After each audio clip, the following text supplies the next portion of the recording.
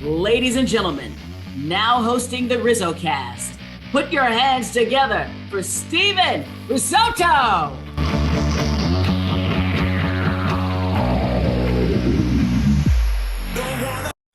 What is going on, everybody, and welcome. This is episode number 88 of RizzoCast. I'm Steven Risotto, and today we are joined by a former Major League pitcher, played parts of 10 seasons at the big league level as a right-handed pitcher from 1973 to 1982.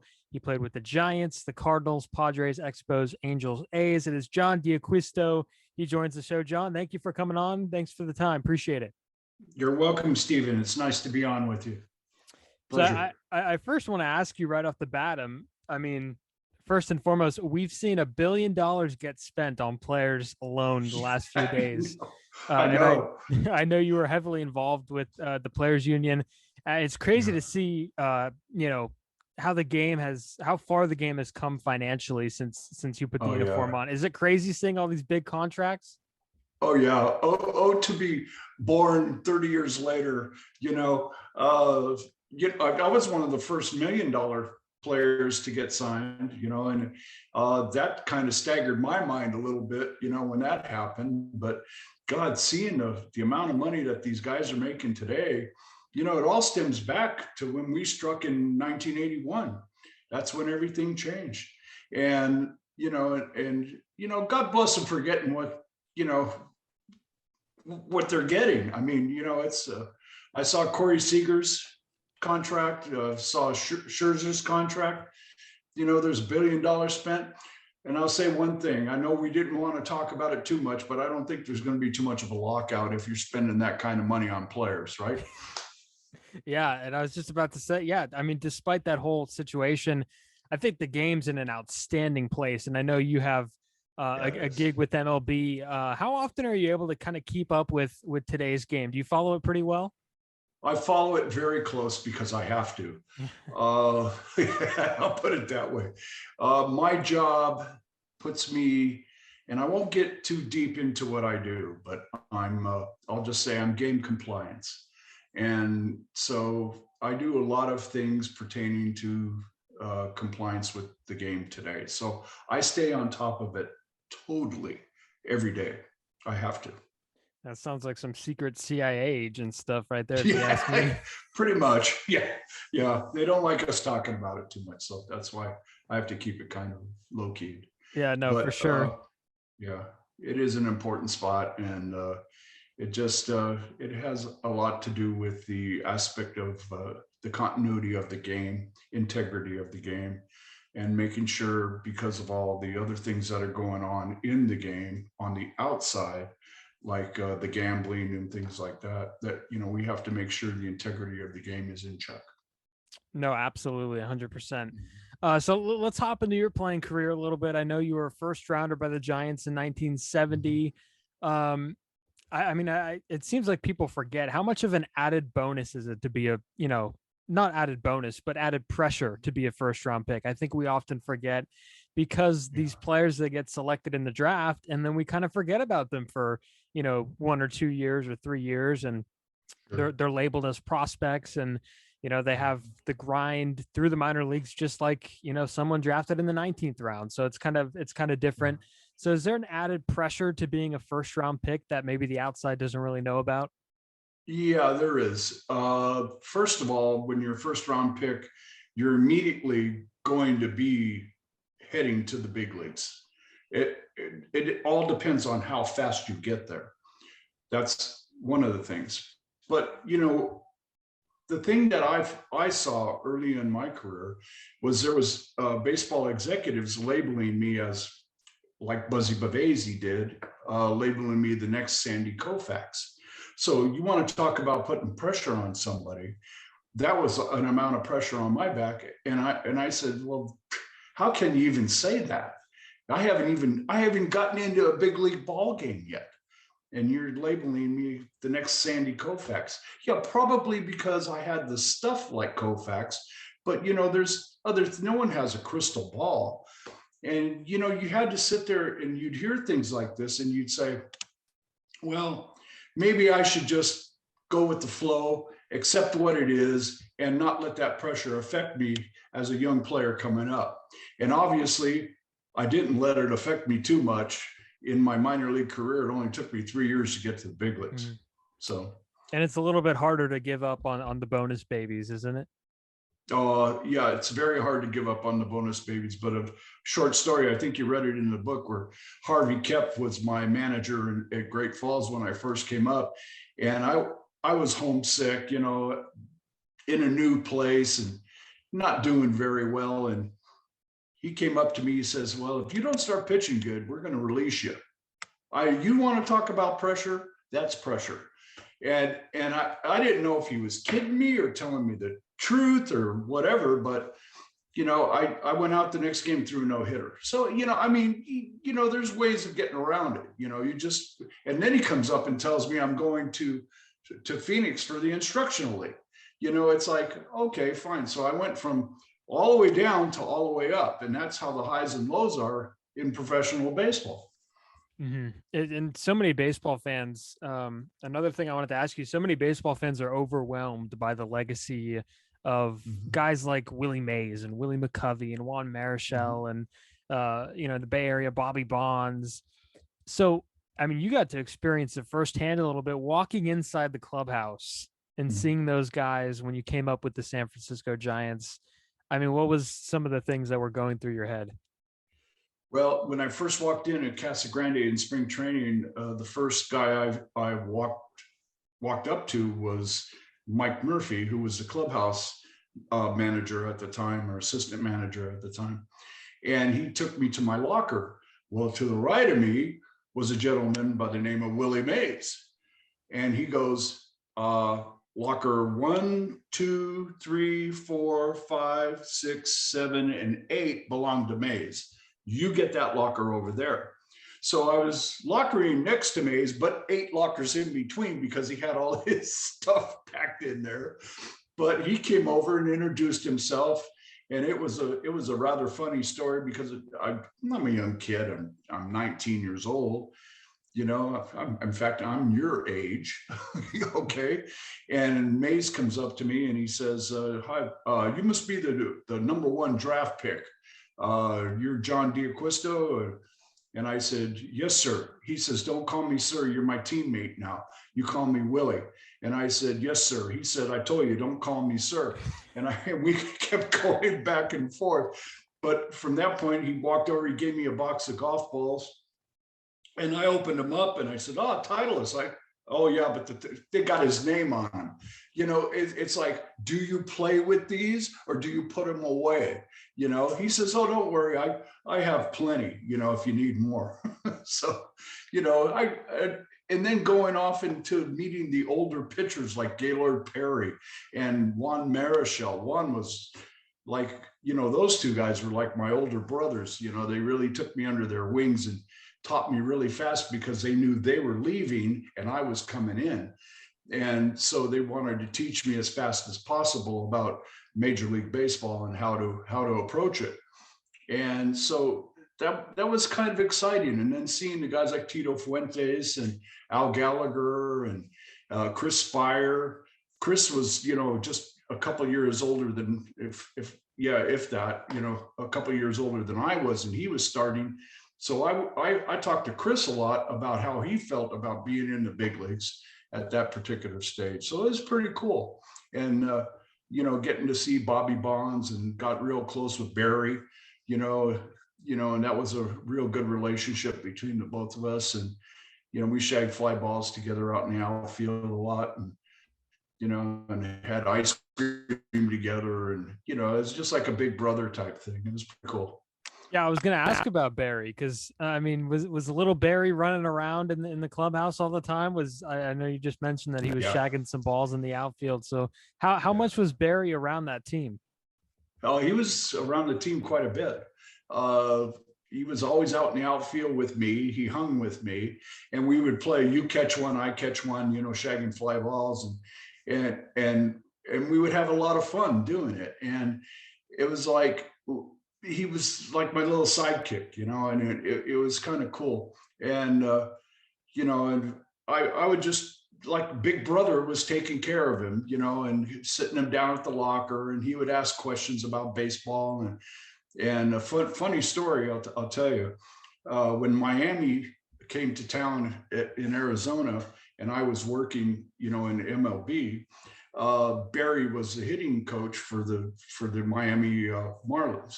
So there was Don Mattingly and Tim Wallach, and then myself, and then Barry was to the right of me. And we're all hanging on the cage talking. And so I turned to Barry and I go, "Hey, BB," because nobody calls him BB unless you know him, right? So I go, "Hey, BB, do you remember shagging fly balls in right field with a pitcher by the name of John Cristo?" He goes, "How do you expect me?" He started being the angry Barry, right? He goes, "How do you expect me to remember that?" And I said, "Well, you better, because I'm John Cristo." He goes, "Oh my God." he started hugging me and talking. And then the real Barry came out, which was really, really nice, to be able to, touch base with him again. And, the big brother aspect you could see was still there, and that he remembered. And it was so cool to have that happen.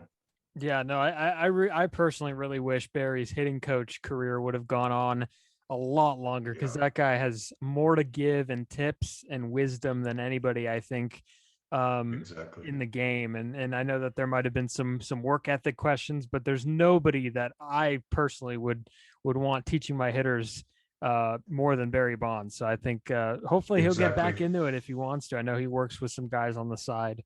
Yeah, he does work with some guys on the side, which is good, because they seek his knowledge. And, I think eventually he may come back. But things change in baseball right now. Things are changing. It's a new attitude, a different aspect in the game that, is starting to happen. And maybe Barry's had enough of that. I know a lot of the older coaches have, and it's hard to deal with some of the players. So, it's things are, if you can't make the changes, you don't want to put yourself in that position, to anger yourself, and leave a bad taste in your mouth from the game that you love. Yeah, no doubt about it. So you make your major league debut. Do you remember anything from your debut on the mound? Because I know it's the big trend on this show is that they always tell me about their debut. Players always tell me about when they got called up. So what do you remember most about your debut? Well, I remember we were playing the Atlanta Braves, and the first hitter that I faced was Ralph Garr, who was a speed demon. I mean, Ralph could really tear it up on the base paths. And he was my very first strikeout. And, and then I went through my very first home run I gave up was to Dusty Baker in that game. And so I went about 4 2/3 innings and didn't get the win, but, I pitched pretty good, for my first outing. And Charlie knew my knees were shaking when I went out there, and stuff. And even though I had the confidence in the fastball, I was exhausted, man. I mean, I was totally burnt. And so Charlie came out. He said, "You had enough, kid. You're gone." And we won that game. We won the game. I believe it was 7-2, I believe. And, and I struck out, I think, 5 guys and walked 5 guys. And, but it was a decent outing. But, that was, it was just to get my feet wet and get ready to go. So, but I did a lot better on my second outing, which was against my hometown Padres, where I won a complete game and struck out 11, which was probably my all-time high as a starter. So, I settled in rather quickly. I'll put it that way. Yeah, it turned out pretty good. Yeah, no doubt. And you talked about fastball confidence, and in those days you had the reputation of being one of the hardest throwers around. And I think I read somewhere where the scoreboard at Dodger Stadium once had you at 102.4 miles an hour. So do you remember at a point in your youth where you realized you had maybe a better arm than the rest of the kids that were playing on the field? Because I know I played baseball through high school, and I had a lot of players that they had better arms, they had bigger bodies. I mean, when was kind of that moment for you where you realized that you could do some things with the arm? Well, I was sitting with my father at a Padres game in San Diego, and I was watching the pitchers pitch. And I turned to my dad and I said, you know, Pop, I think I can throw harder than these guys. He goes, you know what, son? You do throw harder than these guys.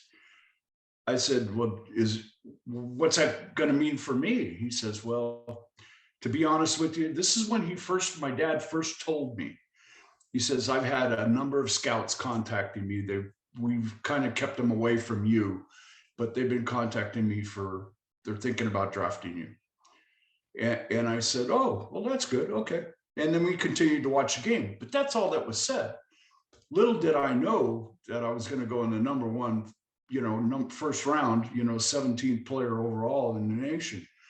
And it worked out really well. But I knew early on that even when I was in Little League that I had a far more superior arm than the rest of the kids that I was playing with, because it showed in the winning record. I never lost a game. I never lost. And, it was like, I went up against some pretty darn good pitchers in San Diego. Terry Forrester was one of them. Kyle Hypes, they both went to the same school together. There were quite a few guys, and I'd beat them all. And right then and there is when I knew I could really, achieve that goal. So fast forward now, we're in 2021, and guys, I think the average fastball is about 94 miles an hour. And, every reliever out of the bullpen is throwing 98, 99. And, but a lot of them don't have the location. So they're more of throwers than pitchers. Do you see that kind of theme too with them? Yes, I do. I see a lot of guys getting behind in the count instead of getting ahead, especially the relievers.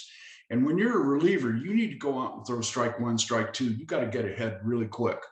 But being a guy that can throw it, you can't overthrow and set your mechanics out of whack, because as soon as you try to overthrow, your mechanics go haywire. And I see a lot of guys opening up too much and going into full rotational without any angles in their shoulders, because the shoulders have to be more angled to throw a ball straight in a linear format.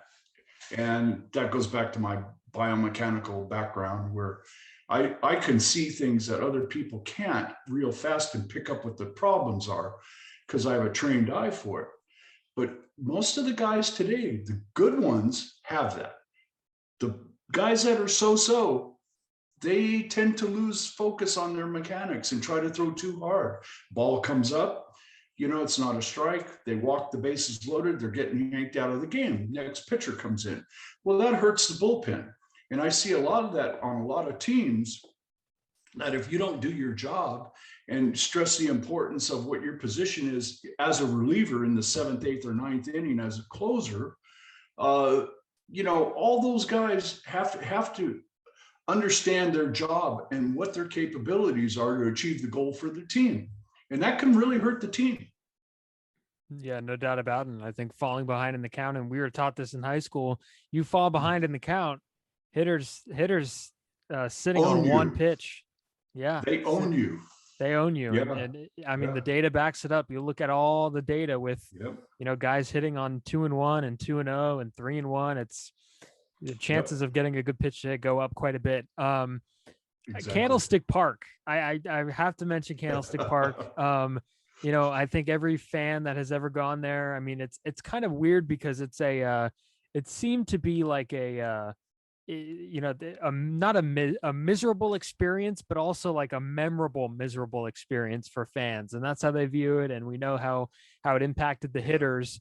On the pitching side of things, however, was it miserable for you to go out there and pitch on a Candlestick night, or was it not because you kind of had an advantage because the hitter was miserable? So I used a lot of miserables in there for you, so I set you up. There's a lot of miserables, and you're absolutely correct, Stephen. There were a lot of miserables, but we knew how to play at Candlestick Park.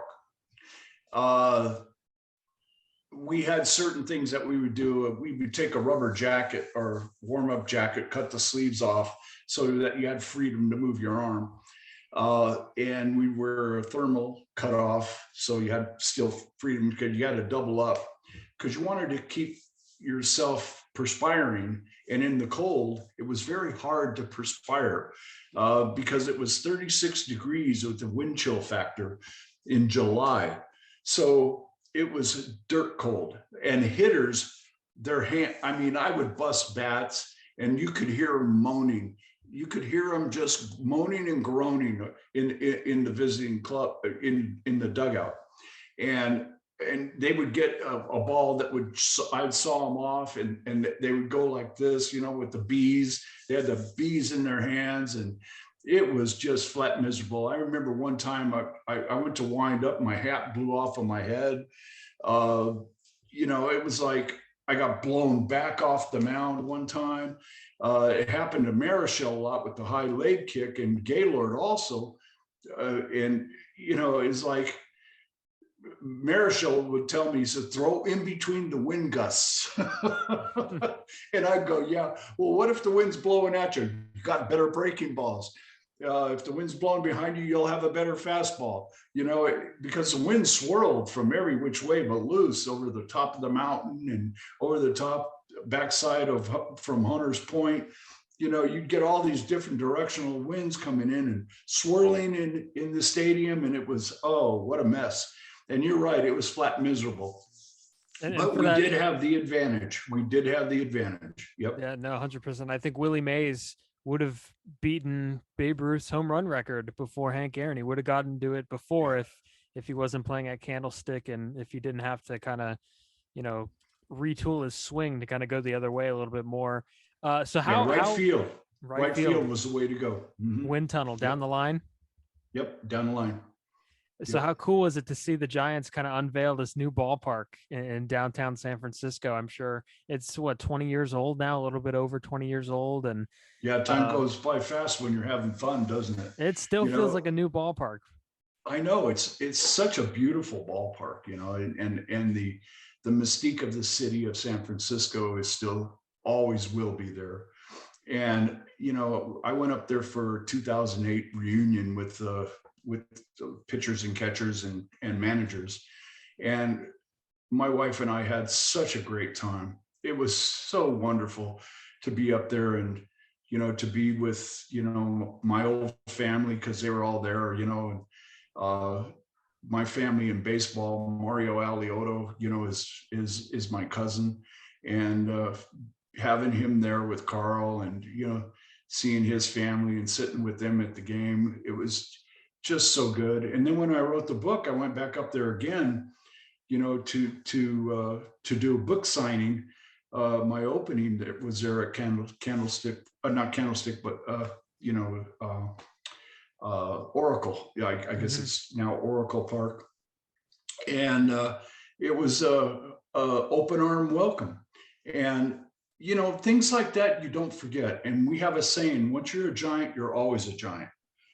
And, and that stays in my heart. They gave me my chance to be a big league ball player.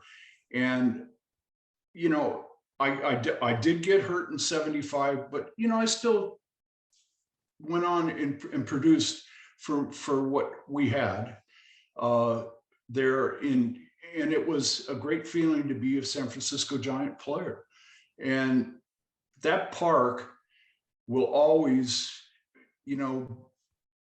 hold its mystique for such a long time, and as well as Candlestick Park did, with the history that it had, even though it was in a miserable setting and just so cold.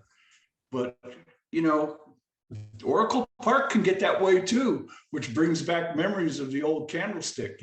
It can get a little testy on you also. I was up there doing a game for MLB, and I was sitting down on the field by the dugout, and I was freezing. Yeah, so it has its way of haunting you back with touches of Candlestick Park in the background.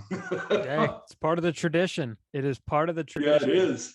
Yeah, it is. And it's in San Francisco. No, I mean, I'm completely shading the 49ers on this one because they got out of it. They moved to the nice area down there in Santa Clara, 40 miles Yeah. south of San Francisco. They got the easy way out of it. Yeah, Giants, they did. Giants are in San Francisco. They got a ballpark in there, so kudos to That's them. right. And I think I got your book in the ballpark at the ballpark in one of the team stores. So I think they were. Cool. Yeah. They were selling it up there. Yep. Yeah, and Is in it your signed? Is it signed? book, It should be. I think I don't signed a know. bunch of them. I don't know. I'd have to check. Front But front page. Front page. page. It is not signed. Okay. Well, then you got the second edition that came in. Yeah. Yeah. Okay. I'll have to have my agent speak to. No, just kidding. I don't have any agents. Just send it to me. I'll sign it for you. No problem. I appreciate that. So in the book, you had a really awesome story, and I want you to kind of tell it here about Bob Gibson. You had a great run-in with Bob Gibson. You have to tell the story. It's outstanding. Oh yeah, Bob and I, Bob's last year in 74, we pitched against each other twice. And the first game was in St. Louis, and Bob gave up 5 runs in the first inning. They didn't take him out of the game because if he was going to pitch, he was going to go all the way. That was Gibby's way of doing things. Well, I go out the bottom half of the first, and I give up 4 runs. Well, the next inning coming out, I threw a curveball to Gibby when he was leading off, knocked him on his can. He looked at me like he wanted to kill me. And so the next inning, I came out on the bottom side. I got to hit off of him. First pitch was at my head. And I literally fell. I don't even know how I got out of the way, but I just threw my legs out from underneath myself and fell down to the ground. And my helmet came off of my head when I got out from underneath it so fast. The ball hit the helmet. Didn't hit me, but it hit the helmet. And it cracked the helmet almost in half. So I had to get a new helmet, go back up the plate. And very next pitch he throws me, I line it up the middle right past his ear. I get a base hit. Well, this goes on for 7, 8 innings. Now we're going back and forth. Score hasn't changed, still 5-4. Go all the way to the end. He's knocking me down. I'm knocking him down. And it's like we are not liking each other at all. And no one did anything to us. They just let us go at it. So I end up at the end of the game, I win 5-4. The end of the game, there's a back elevator that you can go out of Busch Stadium and go back to the hotel. It's a shorter area to go back to the Marriott. And I get into that elevator, and who's in the corner? Gibby. Like my luck. So he's in one corner, I'm in the other corner. And I'm 21 years old. My God, come on. I'm still polite, to a certain degree, right? So I wanted to break the ice, just test the water a little bit. And I said, nice game, Gibby. He promptly told me, dropped an F-bomb, F you. And I said, F me? What? F you. And we F-U'd to each other back and forth. And then I walked up to him and I said, no one's ever talked to me like that. And you have no right to talk to me. He pushed me. I grabbed his arm and spun him. And he went down on the ground and took me with him. And, we were trying to do this, but we both had each other's arms, so we couldn't really punch each other. We were just kind of wrestling. And the elevator door opened and we fell out. And there were my teammates there. So they dove in and tried to break it up. And he's screaming at me and I'm screaming at him. And I'll see you next time. I'll see you at our park next day. And we're just yelling and screaming at each other. And next game, boy, sure enough, we locked horns again all the way to the very last inning. He beat me 2-1 on 2 unearned runs. And really just, I had them 1-0 going into the 9th. Oh, broke my heart. You know, I wanted to beat him twice, but, you know, anyway, I got knocked down again, and so did he. The best part about that is you said, I'm 21 years old. I'm still polite, as if something will change later in your career where you won't be. Yeah, so exactly. polite. Yeah, exactly. Exactly. It's like, whoa, go figure, you know? Yeah, that's great. And then it's an unbelievable story. And if you guys haven't already, read the book. There's more of those stories definitely involved. So when you started to have the elbow pain towards the end of your career with the Giants, did you have any worries about, you know, getting any kind of surgical procedure? I know you were one of the first to kind of have the Tommy John. Yeah, Tommy John. Was there any doubt? A lot of doubt, because I hadn't heard of anything going on. I had mumblings. A couple of the older pitchers were telling me that, like Tom Bradley and Jim Barr, because Jim was from USC, you know, and he had heard about this procedure called Tommy John surgery, because Tommy John had the surgery. And he says that it looks like, you know, you might have that problem. But, you know, when I had the Dr. Campbell check my arm out, I could not straighten my arm out. I just got done beating the Cincinnati Reds. I thought I was going to win 25 games this, you know, because I'm going out knocking the Reds down with no problem at all. All of a sudden, I can't even move my arm. So Campbell checks me out at Stanford. They take some x-rays. Not good. I snapped my ulnar collateral ligament from the elbow. It frayed out like this. It was just frayed. He says, I'm going to send you to a specialist in Los Angeles by the name of Dr. Robert Curlin and Frank Jobe. They're doing a procedure down there called ulnar collateral ligament replacement surgery, and they are going to take you from here. And so I flew down to LA, and I met Dr. Curlin and Dr. Jobe both. And guess who was sitting in the office? Tommy John. And also Pat Riley. Both. I knew Pat Riley from, you know, early on, and but I knew Tommy from pitching, you know, and against him. And they were in there to give me support. And the doc goes, Frank and Curlin, both two characters, by the way. They could have been a stand-up comedy act if they wanted to be. But making light of the situation, they told me what was going on, and they said that they were going to perform the Tommy John surgery on me. And I said, well, how's that work? Well, we're going to reset your ulnar nerve, and then we're going to take your ulnar collateral ligament and see if we can reattach it or take it out and put in a new ligament.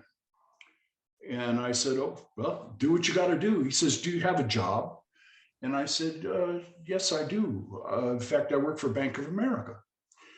And he says, good, you probably make more working for Bank of America than you are playing baseball. Is that correct? I said, yeah, you're absolutely right. I'm okay financially, so don't worry about that. Well, they put me under the knife, and they were able to repair my arm. And so I was number 2. And then right after me was Brent Strong. He was number 3. And there's always been that discussion of who was number 2, who was number 3. Well, I was right after Tommy John. I know that because he was sitting right there before I had it done.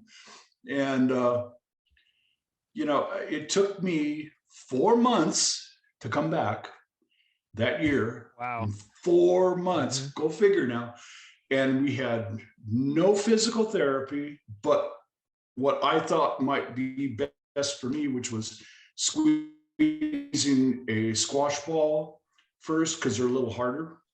And then I went to first I went to a racquetball, and then a squash ball, and then a tennis ball, and then I had the grips where I was squeezing the grips. So I was strengthening up my forearm because that was the area that needed to be strengthened. And then I started playing catch with the wall out at Candlestick Park in right field, just throwing a baseball up against it. And I was able to build my arm up, and I stayed in really good shape by running a lot. And I was able to come back relatively fast. And I went and broke the adhesions because they told me to do that. And I just threw as hard as I could up against the concrete wall at Candlestick, and I put a dent in the wall. And I said, well, that's pretty impressive. And coaches came over and thought same thing I did, and called up Dr. Job and told him what happened. He says, well, give it a week and, you can come back and pitch if you feel okay. But, nothing heavy, just, light. They activated me in 1 week. I was back pitching again. And after that, I didn't have very many problems at all until the very end of my career. I had some bone chips, but that was about it. But still, I went back and played in 89 to 90 in the senior league, and I was still in 96, 97. Roger Craig signed me to a contract. But he wanted me to go to San Jose for AAA, and that's when I retired. Mm-hmm. Yeah, so, those guys in the adult league were probably traumatized. They've never seen 96, 97. Yeah, they were traumatized. So do you think with the modern day medicine and maybe all the operations they're more advanced than ever because they're more frequent than ever? Yeah. You played your last game at 30 years old. I mean, do you think if you played in today's game, your career might have been a little bit longer? Definitely. I still believe that there was a total misconception about me, period, about that I was damaged goods, and because of the arm surgery and everything. And in this day and age, I don't think that would have happened, because I proved I wasn't by coming back in the senior league and getting signed again and going 5-4 with 5 saves. I mean, I was like 10-4, and you come back and at 39 years old, still throwing 97, that's pretty impressive to be able to do that. It's just, it's all, you got to get past the political part of it and the aspect and getting labeled, differently about certain things about you. So you got to get past that. But nowadays that wouldn't have happened. I probably would have been pitching till I was 40. I could guarantee it wouldn't have happened, because Noah Syndergaard just signed a deal with the Angels, and he got 1 year, $21 million, and he's thrown 2 innings in 2 years. So yeah, exactly. And because pitching is such a commodity right now, Stephen, that things like that are going to happen. They'll take a risk on a guy who's had a good track record as a pitcher, and they'll think that he can come back. Like Verlander, same situation. Who knows what Verlander's going to do? We'll see what happens there. But it's you get guys that have experience pitching in the big leagues, you'll take a chance on them, even though they've had Tommy John. Yeah, no doubt about it. And just kind of getting back into your career, when you were traded to San Diego in 1977, you're a San Diego guy, hometown kid. How exciting was that for you to return to the place that you called home? It was icing on the cake. I'll put it that way. To be able I wanted to play for the Padres to begin with. Okay. And they were supposed to draft me on the 2nd round, but they ended up taking Mike Ivey in the 1st round. Well, ironically, Ivey went to San Francisco and I went to San Diego. So it worked out pretty good. That's how it originally was planned to be. And being able to come home and mom and dad at the game, and my sister, my brother, all my cousins would come to the games. I had to leave 150 tickets a game practically, every time. And, the phone was just ringing off the hook. Can you give me tickets? Can you give me tickets? And, it's like, yeah, I'll take care of it. I had to write this stuff down. And I needed an assistant, for crying out loud. But I did pitch in about 150 ball games. So they got to see me quite a bit when I was in San Diego. In fact, the 4 years I was there, I probably had 4 of my best years in baseball was pitching for the Padres. Mm-hmm. Yeah, the cousin that you never hear from. Finally, out of nowhere, hey, can I get some tickets? Yeah, exactly. That was exactly it. who is this? Yeah. I'm your fourth cousin. Yeah, Yeah, okay, fine. You Sure. talked to me once in high school. Yeah, exactly. Yeah, you got it. You know how it goes. Yeah, absolutely. And I do want to skip to your post career, and you battled through some personal struggles after your playing Yeah, I career. did. I know you built a really successful financial business and found yourself, serving 4 years for fraud allegations. How did those kind of 4 years shape the man that you are today? Because you did go deep into it in your book. Yeah, I did. And the reason is that it is the persona non grata, I would say, that changed my life into realizing that trusting people is so important and building trust is important to others. And it was very difficult for me when that happened with those allegations coming out and having to fight for my life to show that I really didn't do anything, that I was set up, and how people didn't believe that. And yet I never had anything prior happen. It's like there was a lot of money at stake and people wanted it and they wanted me out of it. And that's bottom line what happened.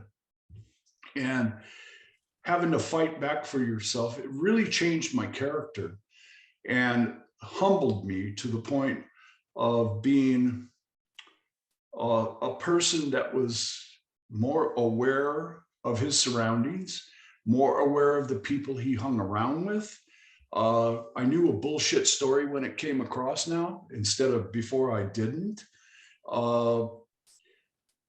I got beat up mentally, not physically. I handled myself well. I became a firefighter. I went back to school. I got my doctorate degree in biomechanics. A lot of things turned in because I made them turn that way, because I put myself in a position to say, all right, John, it's time to make something of yourself and to go forward, not backwards. And, change your person, change who you are, but keep knowing where you grew up, and don't forget where you grew up, and don't forget the family who was around you.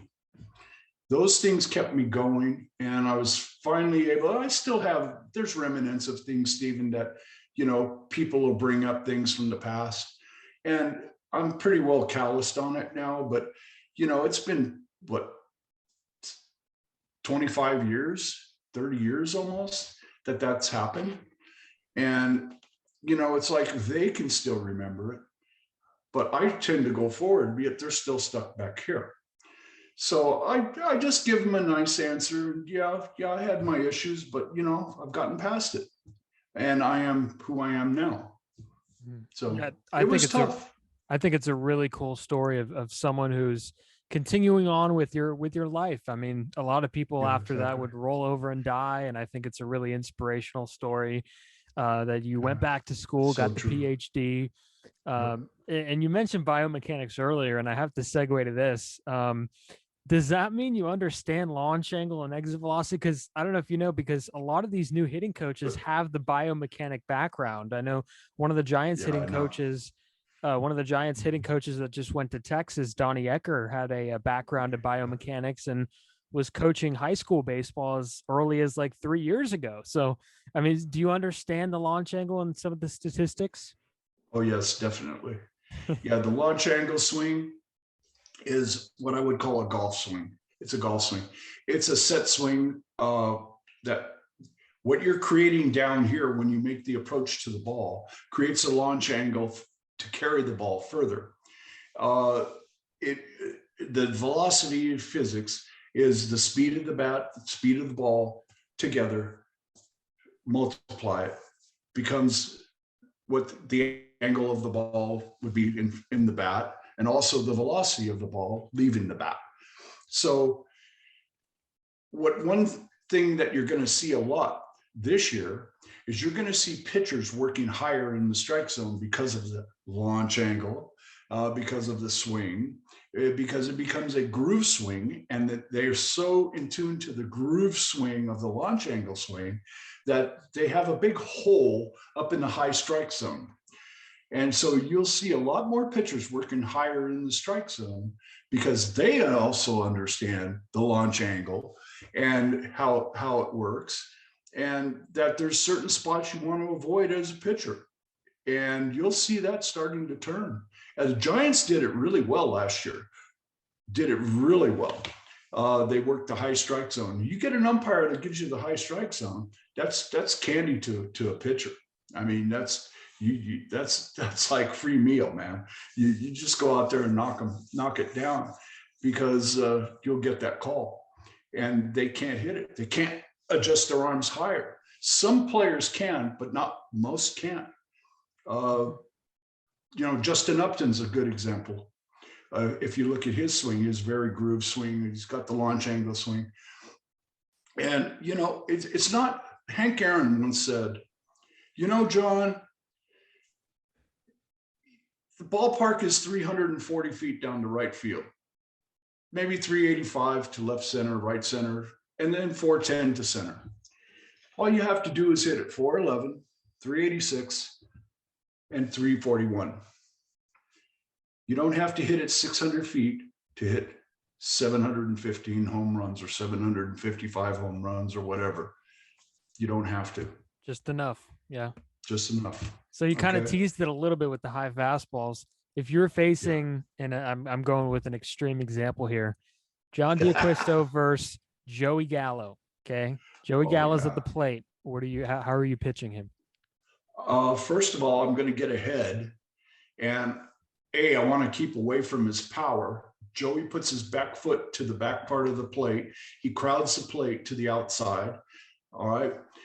And he doesn't give you much of an inside pitch to deal with. But here's how you pitch Joey Gallo. Fastball away, moving, two-seamer, sinker. He'll see it. You start it in the middle of the plate. It breaks to the outside. If he hits it, it's going to be a ground ball, either to second base or shortstop. If he misses it, if you throw the sinker, he should swing over the top of it. Next pitch you're going to throw him is a slider in, starting at the middle of the plate, breaking it into his right foot. Okay? His left foot. Comes into his left foot. The ball will break. He'll swing over the top of it. If he hits it to second base only, i.e. the shift for Joey Gallo. All right? Next pitch, up and in, round the chest.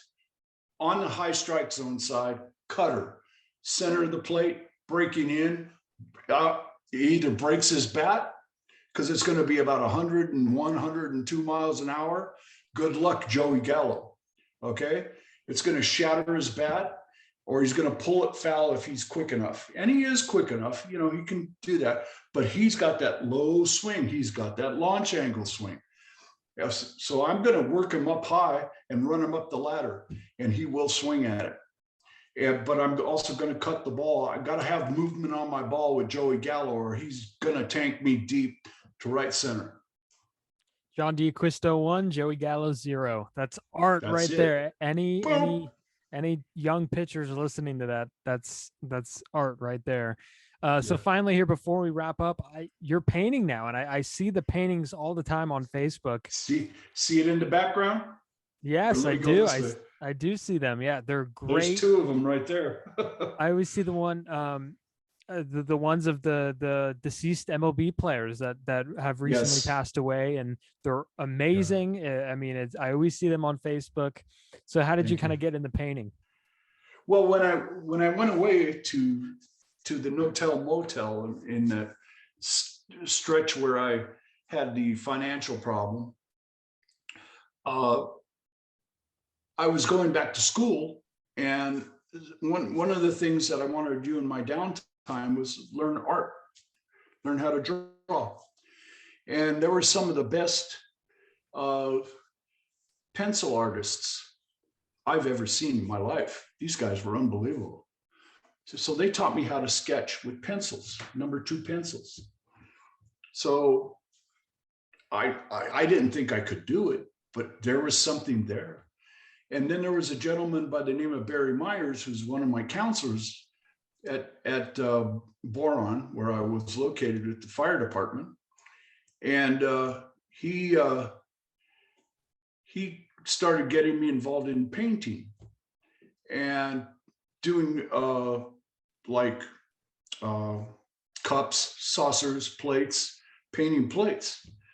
And I started sending them to my daughter, who's an artist, and she sent me a letter back and she says, "Dad, you're good." So when I got out, I started continuing this because I enjoyed doing it. And so around, I'm going to say probably around 2000, I continued to sketch more, charcoal, pens, pencil, stayed in that medium.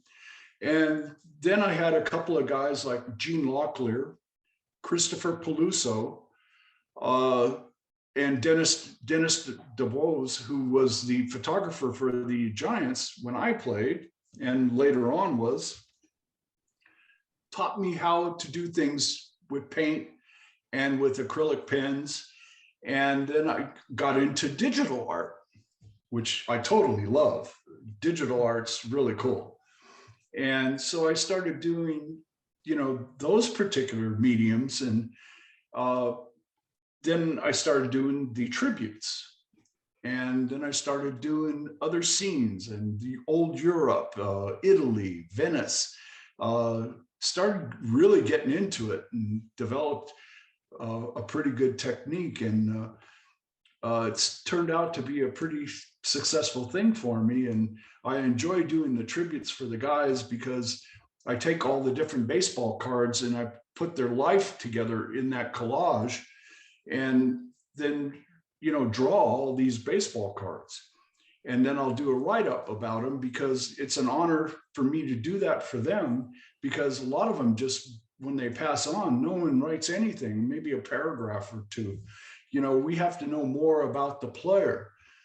So I took it upon myself to start doing these tributes, and now I'm the guy that does the tributes, and I share them with the Baseball Hall of Fame educational department with Bruce Markinson. I do a lot for him, and it's sometimes pretty tough to do, especially when Mike Sadek passed away. He was my catcher, and that was kind of tough. And then recently Jerry Johnson passed away, and he was like my best friend. And Jerry and I, we were like two peas in a pod. We look old cowboys, and and riding horses and singing songs. But it turned out to be a pretty good thing for me. I really enjoy it, and it keeps me fresh, my mind fresh. I'm going to be hitting 70 years old next month. This month on December 24th. And I feel proud about myself that I'm still trucking along, and my memory's good, and I can recall pretty much anything and everything all the way back till high school. So I'd say there is no crystals in my brain. I'll put it that way. Yeah, and I think I'm going to agree with your daughter. I think you're pretty good at the art stuff. So keep that up. And thanks, Steven. I appreciate it. I really appreciate you coming on the show. This was a lot of fun to chat. It was a lot of fun for me too, Steven. I wish you all the best, and you have a fine career ahead of you, my good man. You're going to do just fine. Thank you. I appreciate that. And you guys can listen to the podcast and follow the podcast on Twitter and Instagram at RizzoCast. Follow us on Spotify, Apple Podcasts, YouTube, all those fun things, and some more guests coming up soon. Thank you guys for listening. And one more thing. Time. Oh yeah. Oh, plug your book. I forgot to do that. Yes. John is the author of Fastball John. Him and Dave Jordan wrote this outstanding book. Yep. Go check it out. I read it. It's amazing. And my artwork is on artworkbyjohndiaquisto.com. And you can check out my work there. Go check it out. And also on Facebook. Yes. Yep. Go check it out. Look at me acting all I'm not plugging my guest, but I'm plugging myself here. What's gotten into me? but that's where you can find John's stuff. That's okay, buddy. You hang in there. It's up to me to remind you. That's all. Thank you. I appreciate that. All right, guys. Thank you guys for listening and have a good one.